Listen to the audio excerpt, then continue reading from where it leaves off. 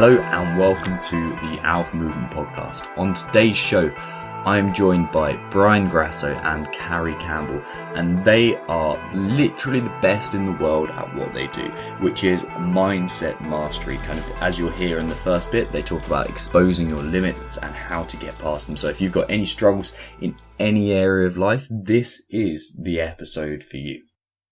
And if you head to alphamovement.co/mindset, so alphamovement.co/MINDSET, you'll find a quick little cheat sheet that I've put together that describes the 4 types of mindset you can have and shows you which one you fit into quite nicely. And Brian and Carrie go into it in the show, but this is kind of a very succinct way of kind of understanding yourself a bit more. Now, let's get on with the show. So, welcome to the show, Brian and Carrie. How are we both doing? Excellent. Fantastic. Really well. Thank you for having us. Good. So, some guys might not know exactly how you what space you're in and the definition of how you define what space you're in and where you work and that kind of stuff. So, why don't you guys give us a really quick intro to kind of who you are, what you do, and a bit about you guys? Sure. Well, I think the simplest way to define it is that we help people eliminate their limits. Everybody has limits. They're self-imposed. We often mistake them for actual, real reality, genetic. We mistake them for real in every possible way. But whether it's talking about weight loss, increased muscle, increased entrepreneurial success, finding love in relationships, we all have limits that we don't realize are there. And that's essentially what prevents us from having the successes we want in any avenue of life. So Carrie and myself, essentially, we help you eliminate your limits by going inside with you and appreciating all the nuances of your unconscious, your stories, and how are you best motivated to take action. That's the X's and O's of what we do. Okay, nice. And then, Carrie, how did you get into this space? That's a great question. Well, and I'll try not to talk too long on that topic. Well, you know, I myself am a licensed counselor. I have been for nearly 20 years, and Brian has an extensive background in, performance coaching as well. So I'll let him elaborate on that if he so chooses. But when we came together about 6 years ago, as a couple, we really quickly decided that it was time to, form a business relationship together as well, because we saw what was a massive hole in the world with people trying to obtain their goals, reach their goals, and never really getting there and being frustrated. And we knew that there was something that was deeper than just people failing for no reason. So we essentially decided to create a program based on our own understanding and our own backgrounds to help fill that gap. Okay.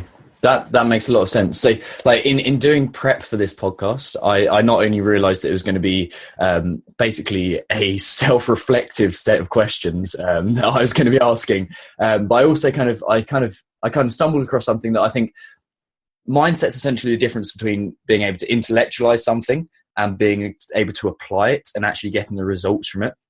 But what does mindset mean for you guys? Oh man, that's a great question. So, Carrie and myself, we're all about love and inclusion. Our message is always about that. We don't belittle, we don't demean, but we're honest. And myself more than Carrie, I tend to have a potty mouth, so I hope that's okay. Time I drop. That's fine. Swear word once in a while, but for the most part, mindset is one big bullshit of a mess in the industry. When I say the industry, I mean self-help, goal actualization, etc. Mindset is often mistaken for this motivational nonsense where you get amped up and hyped up and get all kinds of excited to achieve something. That's not mindset. That is hocus pocus motivation. And for the vast majority of people, this is really important. It doesn't work. It does not work to get all kinds of motivated and amped up, which is what most people on Facebook are screaming at you to do. Most success gurus are screaming at you to do. Even, God bless him, Gary V himself is screaming at you to do. It doesn't work for most people on a sustainable basis. Mindset really is the difference between motion and action. Okay, so, I get intensely excited as well when I watch a video or read a status about getting after your goals in life and you only have one shot, don't miss this opportunity, to quote Eminem there. I can get as motivated as anybody. And that's motion. That puts me into motion for sure. Like, it gets me kind of riveted and excited to achieve. But converting that to action, sustainable action, day in and day out, simplicity plus consistency of action, that is not going to ever do it. And that's the bridge of what mindset is. Mindset is the bridge that takes your motion, however it's deriving it in you, be it motivation or spirituality, whatever gets you in action. Mindset is the bridge that makes it, whatever gets you in motion, mindset is the bridge that makes it actionable daily. Can I add to that? Yeah, go for it. I don't want to take you off course. Obviously I agree completely and wholly with everything that Brian just said. And, when you asked that question, my very first thought was, in simplistic terms, which Brian just elaborated on, is mindset is your foundation. And it's the foundation from which everything needs to be built off of in order to obtain whatever you want, whether it's success in relationships, in business, and fitness. We know that the unconscious mind knows at least 6 seconds before the conscious mind knows what you're going to do or say. So it's not enough to, Brian said, it's not enough just to call in mindset as motivation. There's a deeper understanding to it all, which is why we spend so much time with our clients educating them to understand the whole process of it so that they can be equipped with sustainable momentum. Tom, I'm smiling because this is what happens. You ask one great question and Carrie and I talk for 48 minutes. I love it. I'm just gonna, if it's okay with you, I'm going to add one more thing. Yeah, absolutely. Carrie just said. Mindset, let me explain that. First of all, let me say 2 things. You cannot out goal set an unsuccessful mindset. Carrie's right. Mindset's your foundation. Everybody wants to set goals. Everybody wants to get motivated. You cannot out goal set an unsuccessful mindset. If your house is built on a pile of shit, it does not matter how much gold you put in that house, and it's going to fall. So your mindset is the bedrock, the foundation that makes everything else possible in terms of building. So that's such an important consideration. And here's the last part. This isn't necessarily about going inside and being provocative or having a hug with your 3-year-old self or going back in time and revisiting when your Aunt Eden wouldn't give you the ice cream and how now you have self-esteem issues. It's not about that. It's just about understanding where your unconscious stories are. If you don't see yourself as a wealthy person, you're not going to become one. If you don't see yourself as a fit person, you're not going to become one. If you don't see yourself in love, in a beautiful, glowing, happy relationship, you're never going to attain it. Mindset is the key that makes all of that foundational action. So I suppose what the way that people get confused with that kind of idea is the idea that they can just visualize something once and then they'll arrive at their destination, or they can write it on a piece of paper and throw it in a bin and they'll arrive at their destination. I think that's what the kind of, as I was saying before we started recording, the bullshit that you see out there. And that is something that I've experienced from a few people in the industry, and it doesn't work, does it? I really hate that. Yeah. Can you tell we're both ready to go? Yeah. So, I just want to add to that. It's an interesting thing. In our society, we have accepted that you can't just eat healthy for one day and expect to be healthy and lose weight or be lean. We accept the fact that you can't stop training and expect to maintain a healthy physical, body. But we don't apply that to mindset yet. It hasn't integrated yet to the mindset realm, that it's not I'm going to do this one time and I'm going to maintain a healthy mindset that's going to help me grow and succeed for the rest of my life. And this is the one thing that Brian and I are constantly coming back to our clients on over and over again. This is practice. This is implementation, consistently and simplistically as well, because we're all about making things simple over and over and over again. And that's when true change happens. And it's exactly the same thing in the fitness world. We've embraced it there. We just haven't yet applied that into the mindset realm. Yeah. I mean, just before we started this, I was just leafing through Facebook quickly. And we're not obtuse to what Facebook is. It's a social media platform within which you can deliver a quick 1-2 punch that doesn't have to have substance at all, and make sure lots and lots of people like it so that your profile becomes more popular. We get that. We understand it completely. But we also believe in responsibility. That once you have a microphone, you should use it properly and not just trying to gain what we call cheap wins through social media. Cheap wins are saying shit that people like, even though it doesn't really help anybody whatsoever. And just before we got on this call, I read a status. And there's no point in living in the past, Tom. That all you got to do is implant. You can't unlearn shit. You can't, forget your memories. So why not just starting today, put in new thoughts into your head and turn the corner? And I'm like, oh, okay, because it's just that fucking easy. That's all you have to do is make a decision to think new things. That's the problem. Here, write it down one time and throw it in the bin. Or just create new thoughts and everything's going to be hunky-dory. It does not work that way. It would be beautiful if it did, but it would be also nice to go to the gym, squat once, and be able to call it a career on squatting, but be as strong as possible in squats. It doesn't work that way. And here I go again, so I apologize. Anybody who knows us knows this is our routine. I think that Brian said it at the very beginning of what he just spoke about, that there's a responsibility. And I think that, when we truly understand the intricacies of mindset, like you said at the top of this, this interview, it's not about, there's a lot of bullshit out there. And when you understand the intricacies of mindset, you actually are able to see how telling somebody to do something, just do it this way, can actually cause more harm than good. Because when that person, for example, tries it for 1 time, 2 times, and is not living in a new world where they feel better and life looks better, they automatically are viewing themselves as a failure, even greater than they were when they started it. So that implants a new story. It implants a deeper belief that they're never going to be able to do it. So I think that there's just, it's not as intricate as it seems, but there's a responsibility to it that we have to be living up to as coaches and professionals. So then to get practical with it, like what are the particular steps that people should be following and shouldn't be following? Because like I don't know about you guys, whether you've read, or I'm sure you have and definitely heard of it, Psycho-cybernetics.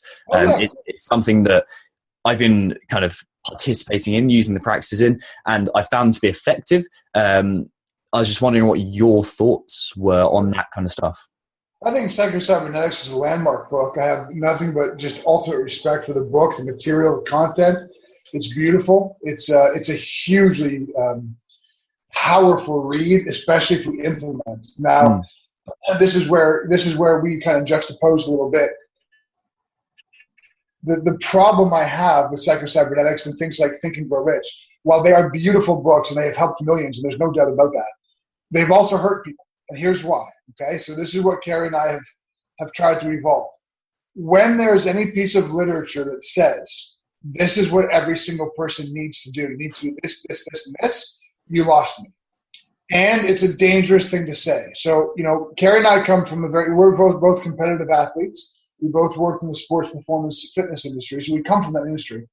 And it would be akin to me saying, or Carrie saying, that it doesn't matter your body type, your genetics, where you are on the continuum of physical activity, this is your program. Everybody should do this program.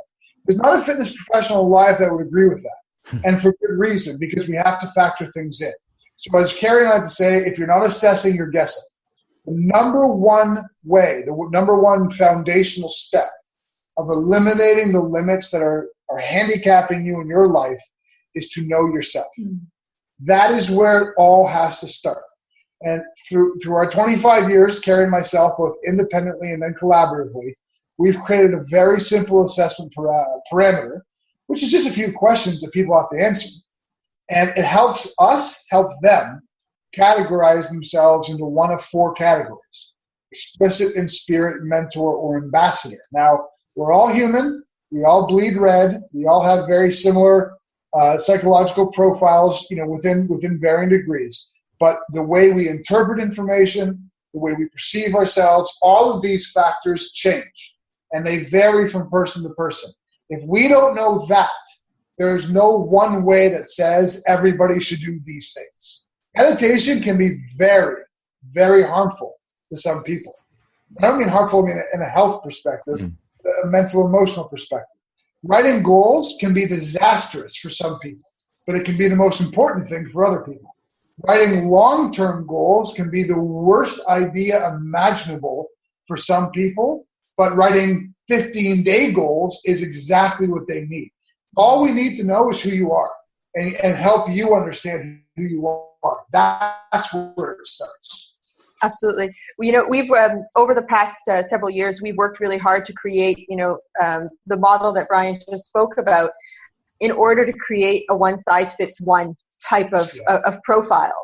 Because it's so easy to quip the one size doesn't fit all mantras that we see everywhere. But what does that mean, and how do you apply it without making it overwhelming and confusing for people to learn how to integrate?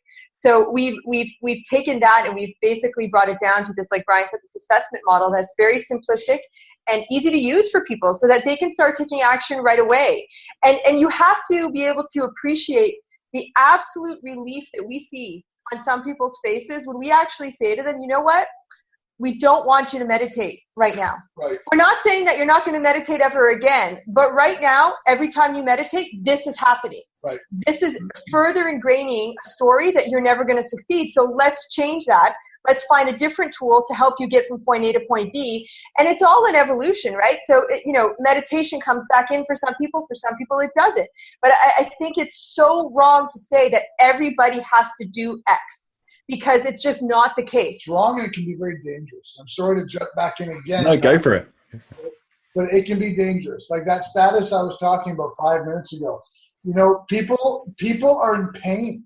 People are scared. They are worried. They are in fear because they've read all the self-help books. They've read all the positive affirmation statuses. They've tried their own part of positive affirmations.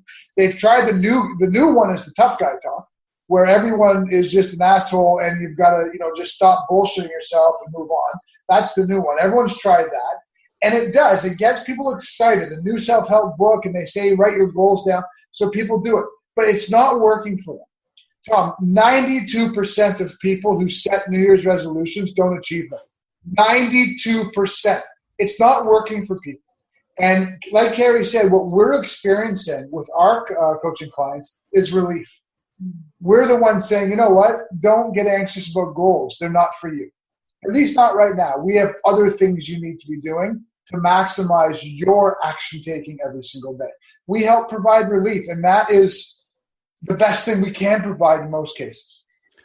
So the kind of a million things popped up in my mind then, but I suppose the one I'm going to go for is if people want to get somewhere and they're not someone who responds well to setting goals, what's the kind of process there? I mean, great question. I'm sorry to interject again, but how do you identify whether that's you as well? Yeah, so for us, we can distill it down rather simply, right? So the explicit model person, they're the person who's at the bottom of the deep hole, and they often can see the light, but they don't believe they're ever going to get there. And they try, but it's murky, it's dark, and you have this overwhelming sensation that nothing's ever going to work for you. Okay, so that's the explicit model person. Do you want to kind of profile the in-spirit? Yeah, absolutely. The in-spirit model is the classic roller coaster ride. Essentially, this is the person who experiences the highs, the ultimate highs, but then they crash and burn and experience the ultimate lows. So they're often tend to be big overthinkers, that they overthink the process and they get overwhelmed when they start doing that. So they might ascend rapidly, but that could last, anywhere from 2 weeks to 2 months. But then something happens to take them off course. They start to self-doubt. They start to overthink. They start to go into the long-term vision and get confused, and they plummet again, and they have to build themselves back up. And then the third one is called the mentor model. And the mentor model is the puppy dog. I like the way Carrie describes this. It's the person who has this almost delusional belief that they're going to change the world and everything's going to work for them, and their big break is just around the corner. So they tend to put 75, 85, 95 oars in the water at one time because they're waiting for one of them to pay off. And they're always optimistic and always positive, but they tend not to get things done. They start, but they don't finish particularly well. So those are three of the models very common in the clients we work with. I think they're common across the board in society. So the reason I profiled that rather than answering your question, Thomas, so I can actually answer your question. So if I were to reverse order it, the mentor model, right, what those people have a hard time doing is that they're always looking into the future. They have 10-year goals. They have massive intentions, and they're huge. They're world-changing. But because of that, they're always fixated on the future, and they're not tending to today particularly well. So for those kinds of people, what we strongly suggest is 30-day goals, 15 to 30-day goals, so that they literally set out a goal for themselves that is half a month to 1 month into the future, and that every single day they do an exercise we call daily direction review. So what they do during direction review is they assess yesterday, and they see how on top of the 30-day or 15-day goal they were. What did they accomplish or achieve yesterday that took them one step closer to achieving that 30-day goal? And then today, what are they going to correct, do better with, or keep pressing on in order to keep them marching towards that 30-day goal? When that happens, those people start taking oars out of the water. They get very myopic and very tunnel vision on accomplishing, and then they end up doing it. These are people who have great work ethics, great positivity, and great optimism. What they need is to channel that into a short-term vision of accomplishment. So that's the mentor model. Do you want to do it in spirit? Yeah. So with regards to the in spirit model, because they have the tendency to overthink and find themselves in this state of like up and down, the one thing that we suggest as a primary focus is preparation. Right. So essentially, when you go to bed at night, what you're waking up to the next morning. So that's lining out everything that you're going to do in a given week, as well as a given day to day. So, Brian and myself, I think it's always important to say this out loud. We live by all the things that we're talking about right now. We actually practice them actively. So Brian and I, every night before we go to bed, the very last task of our day is next day preparation, where we lay out our following day, so that when we wake up in the morning, we know exactly what we're going to do. Now, how does that serve someone who sits in the in spirit category? Well, it serves them because they don't have the opportunity to start overthinking and second guessing and getting thrown off course. Their day is in front of them. They have to just follow through the path. Now, I just want to add in, as you're hearing what we're saying, I'm sure you've heard that out there in the world of self-help, right? Just have an action plan and execute it. It's all stuff we've heard. The problem is it doesn't fit necessarily all the people who are applying it. And that's where things start to break down. Exactly. So let me kick off of that and then answer your questions on regarding goals. The mentor model, 15 to 30-day goal tops. In spirit model, we prefer they have 90-day goals, because we can then backtrack them on preparation every week towards 90 days. Okay? Mm-hmm. And then the explicit model, which is what I'll profile now, we don't even have them create goals. If you imagine being at the bottom of a dark hole where you are just sad and you're feeling lonely, you're feeling overwhelmed, and you don't know if anything you're ever going to try is going to actually work, can you imagine how much mental, emotional anxiety you get by trying to create and then not achieve goals? So what we do with that person is one exercise, we call it Count Your Wins. At the end of every single day, we simply count the wins of what they did or accomplished that day that was good in value, that put them closer towards the kind of life they want to have. We do that to help recreate the synapses of the conscious mind and change the story of the unconscious. So three people, three incredibly different needs. Two of them have goals attached, but those are very different goals to create. And one of them, we actually caution against creating goals at all. So I know we took 7 minutes there, but we wanted to give you a good answer of what you do with goals, because that is the worldview everybody has. How do I create goals? Well, sometimes you don't. And sometimes it's not about creating goals, it's about creating them in the right pockets of time that then you make actionable in certain ways. So at the risk of this turning into a therapy session for myself, me needing to lie down in the corner and cry, what I see there is individual elements of each personality type in myself. Is that something that you think is common and in different areas of your life as well? Absolutely. 100%. Great question. Absolutely. I don't think we've ever experienced anybody who is exclusively a particular category. Absolutely. I'm glad you asked that question, because it was something I was going to address, but I didn't want to just keep us going on and on and on. So we talk about a one size fits one, and then we have these four models, right? And it automatically usually breeds the question, well, isn't that putting people into a box? The reality is it's offering us a roadmap. That's the best way to think of it. It's a roadmap to understanding yourself and how to create. Now, there are people who cross all of them. There are people who, for example, in relationships, they're completely in the explicit model, but in business, they're in the mentor model, right? So you start to learn how to identify yourself in varying aspects of your life, but it's important to understand that it's not black and white. It's never black and white, but there is prevalence that shows up where people do tend to fit into one category more than another. But moreover, I think the important part of these categories is to start to identify, what do we do now? Yeah. It's not about labeling somebody, okay, you're an explicit model and now go be an explicit model for the rest of your life. It's about, here are the things that you start with now, and you start executing and seeing how they're working. Yeah, Tom, we have a nutrition coach, Carrie and myself. Both of us are athletes, as I mentioned before. So we like to rely on people who know more than we do. Yeah. When we first started working with a nutrition coach, I remember he gave us a 5-day diet. So basically, we told him what we ate on paper 5 days in a row, which is exactly what we're explaining here. No nutrition coach or trainer or business coach doesn't understand this. Before you can provide a solution, you have to know where the person sits. So before I can tell you what the mindset challenge or solution is, we have to know where you sit currently, which is why we do an assessment first. But more to the point, after my coach looked at my 5-day assessment, he said, okay, well, we're going to start by putting your carbs at 300 grams a day. And I asked him why. He said, I don't know, but we are going to see how your body responds. Mm-hmm. Isn't that business? Isn't that life? Isn't that fitness? Isn't that everything that is a specialty? Anyone who says to you, this is the foolproof answer, is lying their ass off. Anybody who says it's a one-size-fits-all answer is lying their ass off. So for us, and I loved your question, because not only do different parts of your life and different parts of you sit in different categories, which is true for all of us, but it evolves. 15 years ago, I was a classic explicit.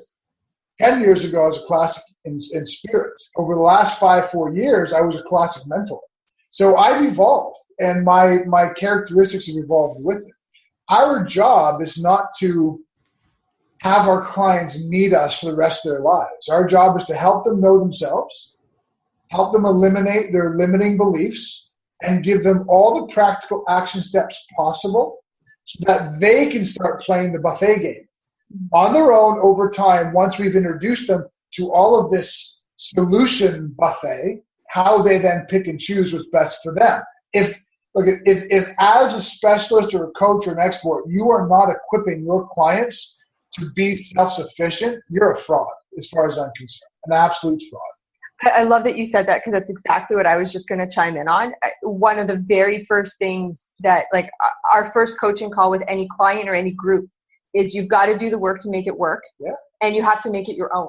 And that's not just a blanket statement that we give out and then do nothing with. We through all our mentor programs, all along the way, we're showing people different varieties of how they can do one thing. So they might get 5 different varieties of how they can do one thing in a very organized delivery, so that they could start to play with what's going to work best for them. And like, let's face it, we live in a world where we're always looking outside of ourselves for someone to come in as a savior, give you all the answers, and make it all better tomorrow morning when you wake up. And again, it's the rhetoric that we see everywhere. The only person who can create change is you. The journey has to be inside rather than outside, but we're still all going to the outside. I think in large part because there hasn't been a simple way to go inside that's not overwhelming or complex, that doesn't bury them any further, that actually inspires them to create change. And I just want to touch on something, because that brings me back to something I was thinking a few minutes ago when Brian was talking about, the what you see on Facebook and how people are inspired or motivated to change, right? But all of it is scarcity based. Think about it, right? Think about how scarcity based a lot of our change is in this world. People want to lose weight because they're fat, they don't feel good, they're depressed. But when it's driving from a place of fear, the attrition rate is going to be so much greater, because fear doesn't inspire. It might motivate temporarily. And if you have ever been in a relationship, think about a relationship whereby, maybe you get into a fight with your spouse, and you aggressively or you angrily tell your spouse, if you don't change, that's it, I'm leaving. Does that inspire everyone? No, it scares the shit out of people. And they make change for 2 days and then are back in the same place because we're never getting to the root of what's really driving the behaviors. So I just wanted to add that in. No, that's great. I think, like I was just thinking that if I could just tell that to the world, I would. It's something that a lot of people need to hear. The fear thing is huge, I think. So the next thing I want to touch on is habit formation. Now you've said preparation is key, and I think kind of habits can go hand in hand with that. What's your kind of feelings on habit formation and how to kind of do it effectively?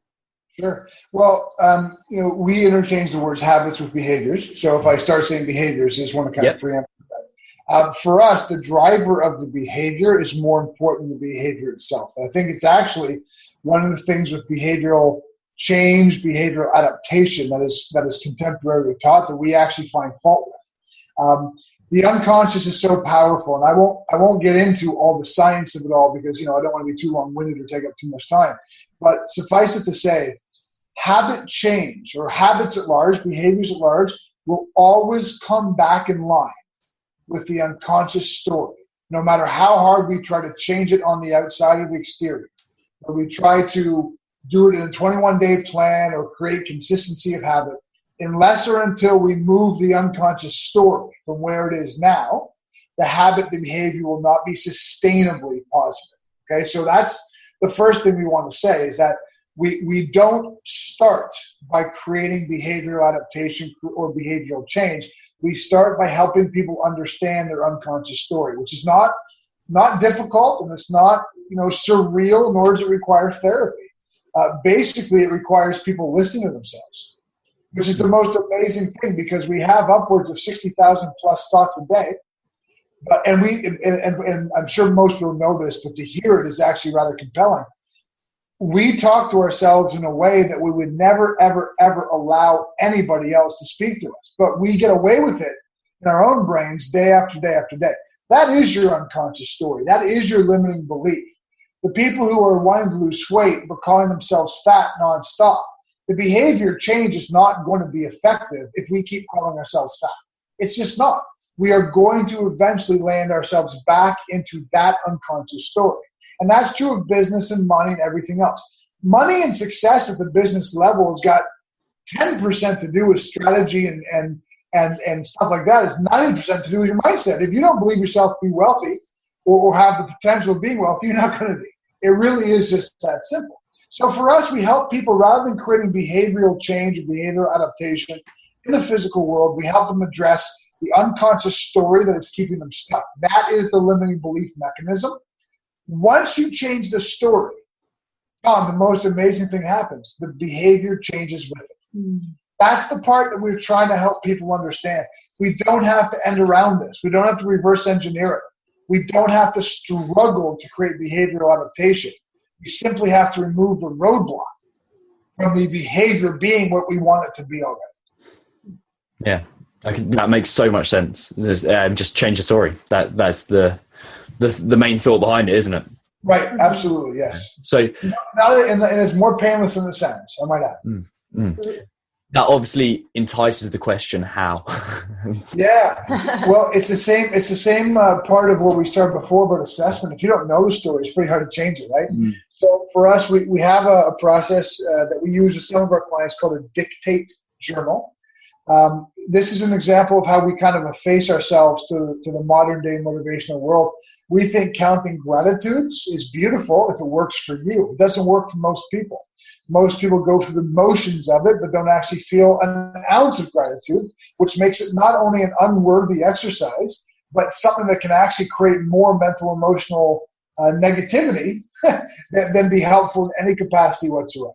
So when we talk about journal, we're not talking about writing our goals down or counting gratitudes or trying to frame things positively. We are actually talking about dictating what we hear. Okay, as much as we might not want to, give it attention, it's there. It's in your head. It's on repeat nonstop. Unless or until we begin the process of getting that out and knowing what it says, we're going to be a victim of it forever. So what we advocate is that twice a day, every day, once in the morning, once at night, for about 5 minutes, sit in a quiet place. Don't, no need to be meditative or chanting about all this. Just grab a piece of paper or a journal and a pen and listen and write down what you hear. That's really interesting.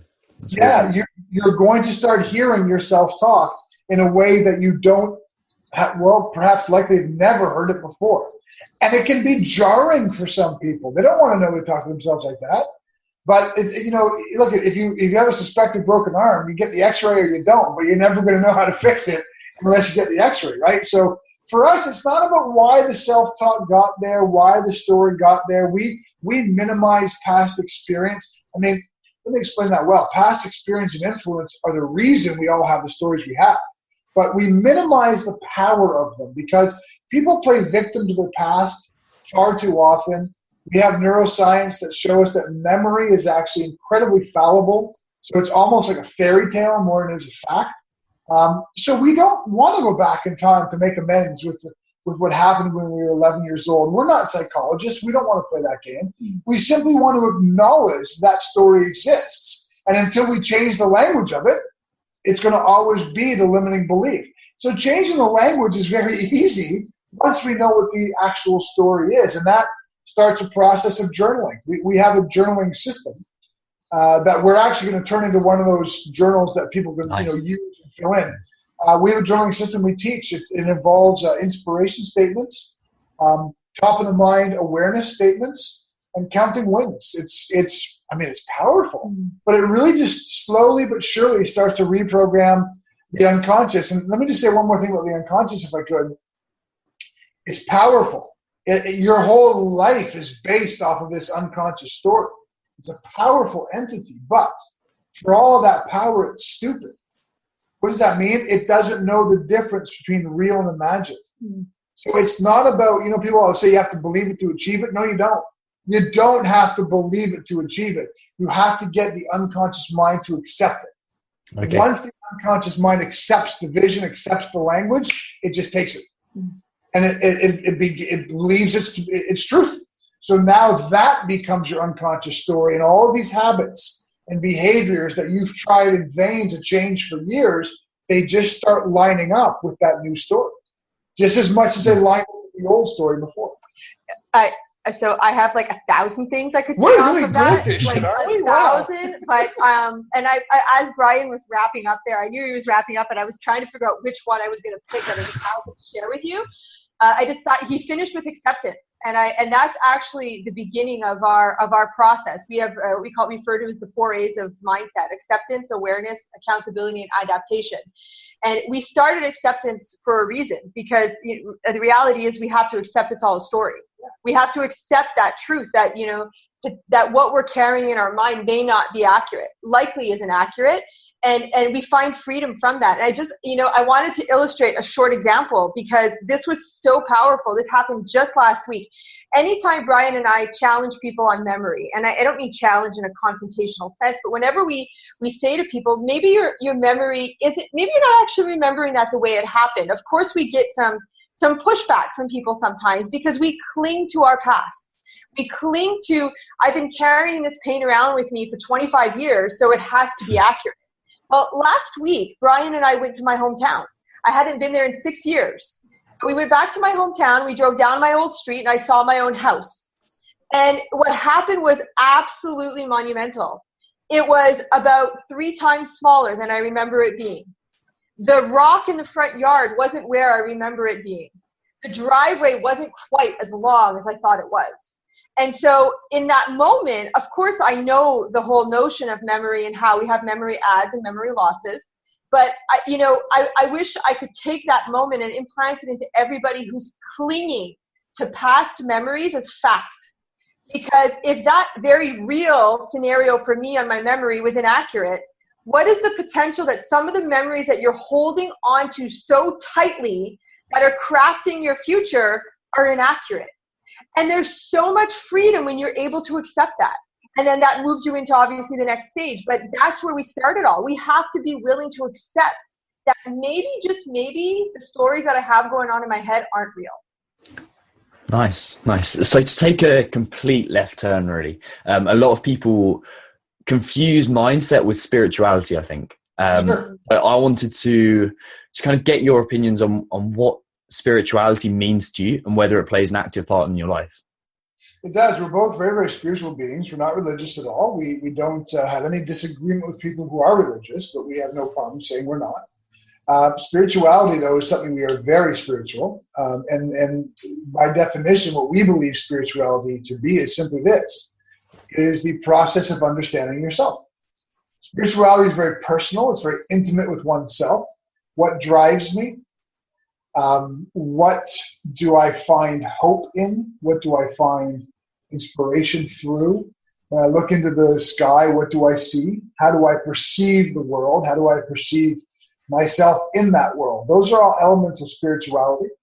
And, I know technically and from a classificatory standpoint, Buddhism, for example, is religion.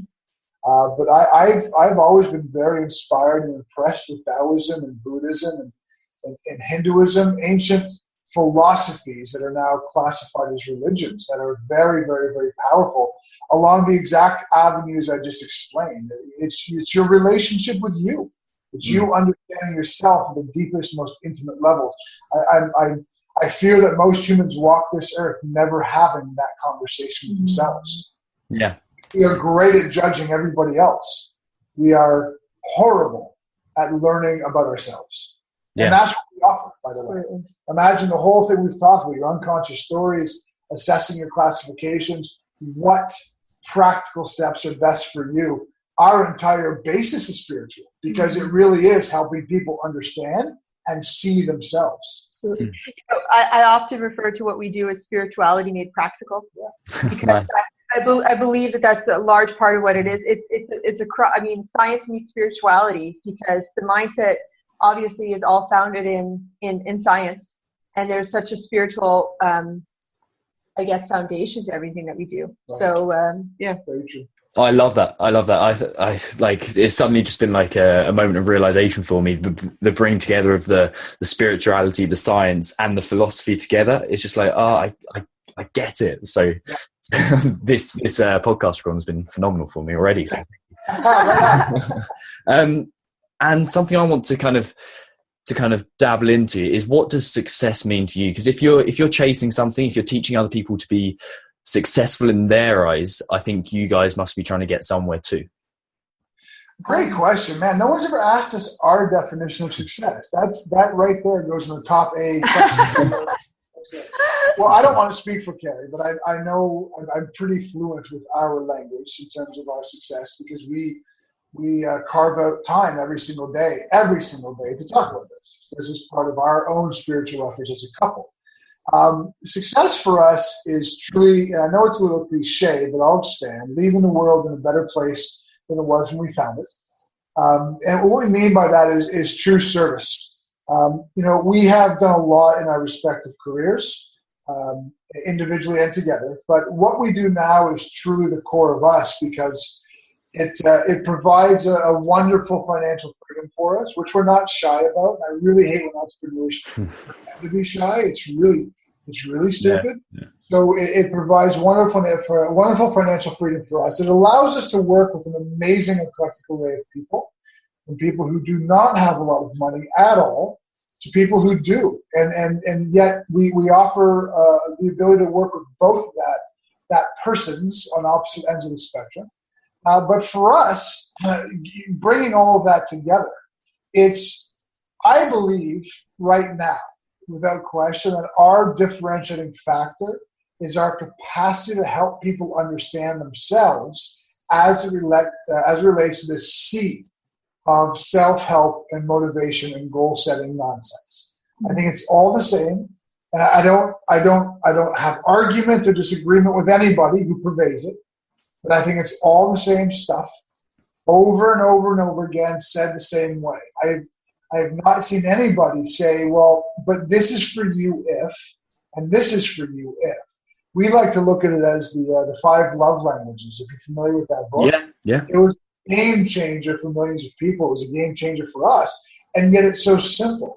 Mm-hmm. The divorce rate is upwards around 60%, but I bet you it really is just a clash of energies. People don't realize how they need to receive love. That's the way, that is success to us, teaching people all this motivational shit works. It just might not work for you, but let's see what does. So it's just a clash of energies. That's what I think is our greatest success paradigm, continuing our financial freedom by impacting the world at that level. Not just more noise of spirituality and motivation, but helping people understand what's going to work most optimally for them. Absolutely. I mean, obviously, I agree with Brian. Wouldn't that be a shock if I didn't? I completely and wholly. I just want to add, and I know this applies for Brian as well, doing all of that, but maintaining our own personal levels of success as well, and in body, mind, and soul. So a lot of people create change in the world, but the change that's going on with them isn't necessarily serving them. We know a lot of people who are very successful entrepreneurial in their entrepreneurial efforts and in creating change, but their relationships are deteriorating and their health is deteriorating. So for us, it's also important to maintain and elevate ourselves along with everybody else that we're working with, because we are in order for us to be what we need to be for everybody else, we have to be the best version of ourselves. And I know that so even as I said that, I was like, that's like a poster on Facebook. But it's true. It's true. And we've created systems and processes to ensure that our kids are happy and loved, and cuddle time doesn't get missed, and it just becomes a way of living, Was there a time when you transitioned from, or previously, did you ever have a goal that was more, as a generic phrase, ego-driven, and Yes. was more for you? And what was the change? I know we've only got a limited amount of time, but what was the changing point where you transitioned from an ego-driven goal to a more, I hate to use the word altruistic, but a more widely benefiting goal? Great question. And the answer is yes. As I preempted about 5 seconds ago when the first thing that you asked me, I was immediately drawn to the question. We've been in a relationship now for about 6 years, Carrie and myself, and our business relationship has lasted almost as long. We basically came into business about 5 years ago. And I'd say right from the start, we were a bit more ego-driven with respect to finances. Now, please understand, we don't find finances offensive. We don't find them deplorable. We don't find it greedy. We don't find it bad. I think there's abundance in the world, and everybody should have a self-worth enough to go and get everything they can, provided you give value for that worth coming back to you. That said, I think that we probably tipped into the money driver, the ego driver of finances very, very early on. And I think the shift was rather immediate within the first couple of months because just an amazing misalignment we felt. Money is very, very, very simple to make when you provide high value. And when you chase money, there's an impasse. The value you're providing is less equitable. And that shows up in the bottom line. So for us, it became initially driven towards cash, but within a matter of weeks or months, and just the lack of alignment, the lack of us noticing that we weren't putting as much value into what we were doing became stark enough to reverse engineer the entire. And it works. When your goal is value, when your goal is truly to help people, but you're not delusional, i.e. you're not a mentor model where you pretend you don't like money, you pretend you do it just for the accolades and to help people, because there's all kinds of entrepreneurs who are like that, and it's a pretend delusional world because those people have a bad money story. But when you really set upon putting value into the world and wanting to help people, but you understand that you're going to get paid for the value you're giving, it all just becomes so simple. Both helping people and getting paid for it.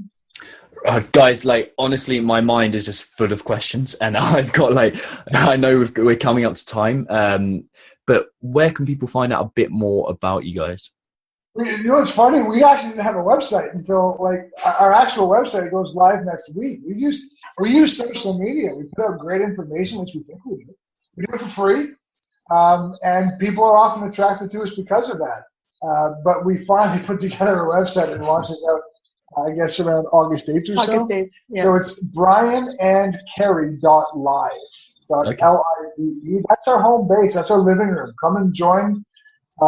Sit and listen and talk and contribute. It's just us putting out content for free as always, and hoping that we inspire people to do things. It is true. Like, it is really good following you guys. Like, genuinely, it's one of the people that I put see first in my newsfeed, because it's just like, I get it. Yeah, like every day, it's just like, I get more of that good stuff, and it's genuinely worthwhile following you guys. And then what I'd like to kind of finish off on is, if you had one thing you could tell the world, what would it be? Oh, great. Great stuff. Oh, you go first. If you have yours, go first, because that's... Yeah. Man, Tom, that's a great question. I got mine. Yeah. If there's one thing that I could tell the world, is that really and truly self-responsibility matters more than anything else to me. I think that there's just too much looking outside ourselves for people to solve problems and answer things. And I think we need to be able to stand on our own 2 feet. Great answer. I'm going to pitch from something I wrote yesterday on Facebook, which is, the truth is a lot like poetry, and everybody hates poetry. If you don't have what you want in life, in some way or another, it's because you're lying to yourself. You don't mean to necessarily. You're not trying to necessarily, but exact responsibility is the key. Accountability is the key. So don't make it like poetry, where you pretend like it. You feel cultured for having read a poem once or twice, but really deep down you can't fucking stand it. The truth isn't always easy, but it's the only thing that's ever going to give what you want. So if you have things in life that you want that you can't ever seem to get, and you're really challenged by that, then don't treat your truth like poetry. Find the truth and fix it. Awesome. Well, thank you so much for jumping on the show, guys. I'd love to do a part 2, 3, 4, 5, 6 and speak to you for days and hours on end. So thank you. Let's do it again. This was awesome. We can always talk. Sweet. Excellent. Thanks a lot. Thank you for listening to another episode of the Alpha Movement podcast. You can find out more about the show at alphamovement.co, or you can head to facebook.com/alphamovementofficial, or find me, Tom Foxley, all over Facebook, social media, Instagram, that kind of stuff.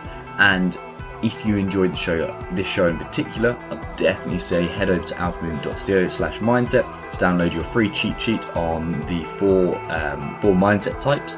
And you can also find out a lot more information there. So, as I said, don't forget to reach out to Brian, Carrie, and myself, and I'll see you soon for another episode of the Alpha Movement Podcast.